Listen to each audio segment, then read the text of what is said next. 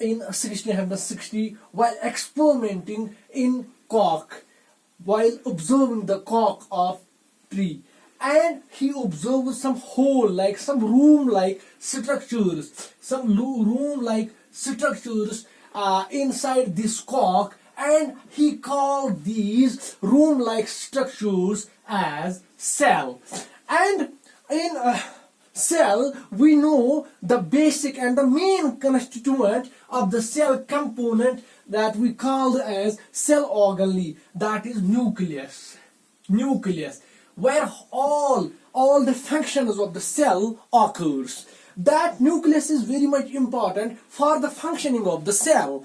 As you know, all the protein synthesis, all the metabolic reactions, those all reactions take place within this nucleus of a cell. So without this nucleus, the cell is not able to perform any function. So this nucleus is very much important. For that, you must know about the fact that this nucleus was discovered by Robert Brown. This Robert Brown discovered the nucleus in the cell, and this nucleus is very much important for functioning of the cell. So you know the cell, as we talked about the first discovered by Robert Hooke in cork, while observing the structure of the cell, while experimenting about the cell. Now the very much important fact, that is nucleus. Nucleus is very much important in a cell and performs all the functions of the cell, and it is discovered by Robert Brown. And if you want to know more about the cell, the whole structure of the cell, then you have to go to cell theory. And this cell theory proposed by Schwann and Sheldon and Schwann in 1838 to 39. And according to this cell theory, all the plants and animals are composed of cells. All plants and animals are composed of cells. And according to this cell theory, cell is the basic structural and fundamental unit of life. How? As you know, like the building is made up of bricks. Likewise, our body is made up of small structural and functional units. Those small structural and functional units we call as cells. Okay? This cell, the concept of cell, you have to understand that it is the basic structural and functional unit of our life, and all the functions which our organs, our tissues, our organ systems perform, that is because of the aggregation of these cells. As you know the concept of, and after that you know a concept that we call as the structure in the cell that we call as protoplasm. And this protoplasm includes all the cytoplasm and the nucleus of a cell. And this protoplasm concept was given by J.E. Purkinje.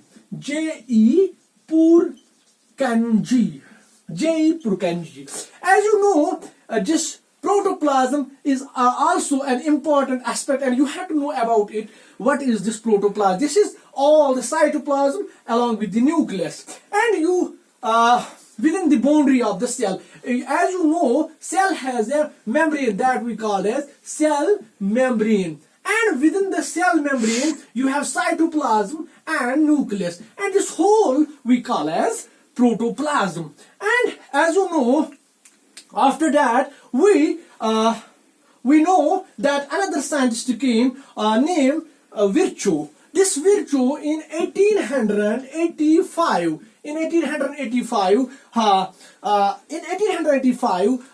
gave the concept that all cells arise from pre-existing cells. That means there are already cells present. which divide and form new cells. This concept gives us this clue that there are already present cells, and those cells when divide they give rise to new cells, and those cells we give rise to another cell, and this process, this cycle goes on. And this concept we call as homogeneous cellula acellula. This is called as homogeneous cellula acellula. This was all about a brief introduction about the history and a brief introduction about the cell. Now you know that cells are of two types. One we call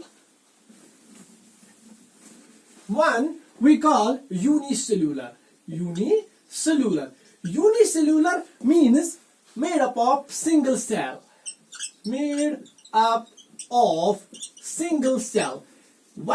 the single cell performs all the activities of the organism. That is, this organism made up of a single cell, and there is no division of labor. There is no division of labor in case of unicellular organisms. That you know, and the size of this unicellular organisms is 5 to 10 micrometers.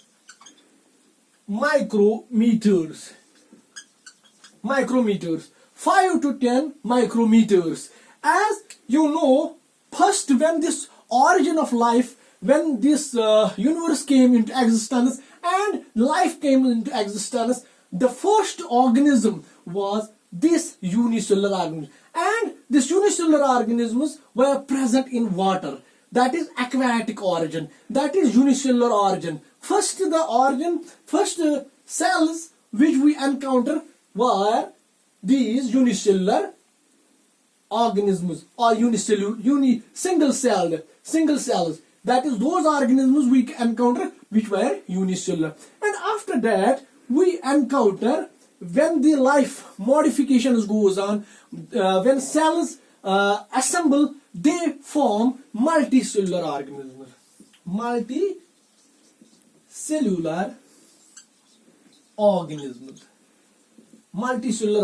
What are those multicellular organisms? These are those multicellular organisms are those organisms which are made up of more than one cell, a number of cells, and those organisms we call as multicellular organisms, and their cell size is 10 to 100 micrometers.